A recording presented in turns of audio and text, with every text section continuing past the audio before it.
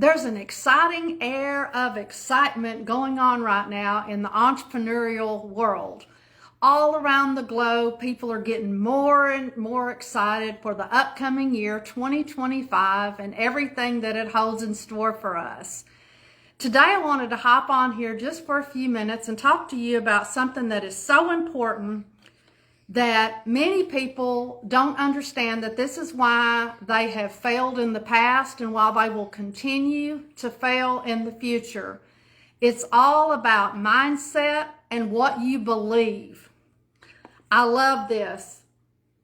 I don't know if y'all can see that. I believe it's backwards. It says, she believed she could, so she did.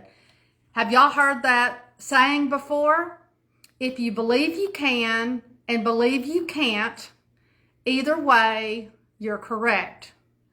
It's all about mindset. It's all about what you believe in your potential, what you believe that you're capable of.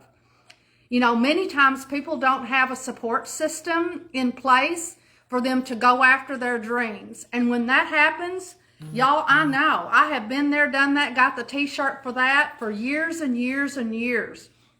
What you have to do is you have to borrow the belief from somebody else.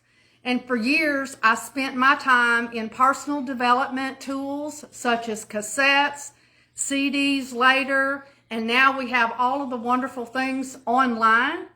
You know, you can get involved in some really great groups online and people who will inspire, encourage you to rise higher, go further, faster. So there's no excuse for this upcoming year that you can't turn over a new leaf and start a brand new chapter of life. And for those of you who have been following me, I'm all about personal finance, building passive income to achieve financial freedom for your family and for generations to come. And some of you are getting a late start in the game, and that's all right. But what I want you to do is I want you to start planning now for the upcoming year. You've only got a couple of months left, but start dreaming again. Start thinking about what could happen if. Is there a small business on the side that you've been thinking of? Would you like to change careers? How would you go about doing that? You know, you can put a strategic plan in place to get you from where you are to where you want to be. Sometimes it's just a little bit extra that you need. But the problem usually is not necessarily that you don't have the money or the support. The problem tends to be right here between your ears. You don't have the proper mindset and you don't have the proper belief that you could be successful. Or maybe you don't have the proper belief, since you've been making $50,000 a year for the last 10, 12 years, you don't believe it's possible for you to make $100,000 a year, $250,000 a year. And I'm here to tell you that's wrong thinking. That's stinking thinking. I want you to take a look around the world. Go online and see what the possibilities are. If somebody else has done it, you can do it too. All you have to do is just follow their lead. There's no sense in reinventing the wheel, y'all. Just look and see and find other people who are doing what you want to do and do what they do. It's really simple. It's really simple. But getting around people who will support you, inspire you, encourage you, that is worth its weight in gold. I didn't have that, and I really feel like that was a big issue for me for many, many years, is I didn't have a tribe. You need to go and find your tribe. Get out from all the toxic people. And I'm talking to some of you guys out there who may have family members, friends, colleagues, neighbors. They could be toxic. Maybe they're always negative nellying you, okay? Now, there is such a thing as you want to have wise counsel so that you don't make mistakes, and you put yourself a board of directors or advisors or whatever you want to call it around you to help you, you know, people who are smarter than you. That's a very smart, intelligent thing to do, and that's what I have been doing for quite some time now. I seek out those people who are smarter than me in areas where I don't have an expertise. I don't have to be an expert at everything because I like to be able to just pick up the phone or text or call or, send a message, or I'll go out there and ask my group, hey, y'all, do you know anybody who knows anything about XYZ? And chances are, now that I've built this wonderful global network, somebody out there knows somebody who can help me with whatever issue it is. So again, the first thing that I want you to think about is what is holding you back. What limiting beliefs about your success in whatever area of your life? I don't care whether it's losing weight, your finances, your family, your spiritual life. What is it that's holding you back? And one of the things that they talk about so much is it's your mindset is wrong. You've got some limiting beliefs in there. Something happened in your childhood or maybe through your experiences that is causing a blockage for you where you can't go over that ceiling. This in particular happens with people's income. You get so used to making XYZ for so many years that you don't think it's possible. Then you start making all these excuses of why you can't, kind of go above that ceiling. Well, I guess I'm just a $50,000 a year employee. I guess I'm just a $30,000 employee. I guess I'll always just make $20 an hour. There's nothing I can do. Y'all, that's hogwash. That is not true. But if you've been following me for any time at all, I'm all about entrepreneurship. So one of the best things that you can do is start a side hustle or start doing things that's going to put your money to work for you, such as investing in other businesses or become an investor yourself and putting your money to work, or you can do it with other people. Again, we talk about Robert Kiyosaki's cash flow quadrant. If you've not read that book, you can go on YouTube or, check it out at the library or whatever. Really highly recommend that book because it really gives you a different way of thinking about where you are right now versus where you need to be to become financially independent in the future. And on that left side, you have the employee, which is the W-2 earner, where you have to go to work every day to earn income. If you don't go to work, you don't earn income. Okay, that's dangerous, and that's typically where the majority of people stay their whole entire lives. Okay, next underneath that is you become self-employed.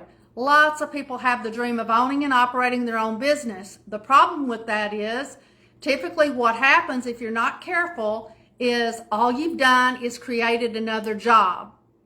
Another job, just over broke.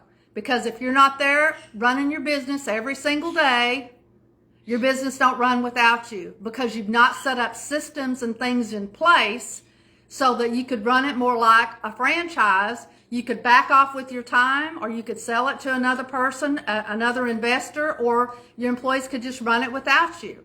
When you get to that point, that's when you transition over to the right side of that quadrant and you become a business owner. That doesn't necessarily mean operator, okay? It means that you are a business owner. That's totally different than being self-employed, okay? So you have that. Then the next component would be to transition to total investor.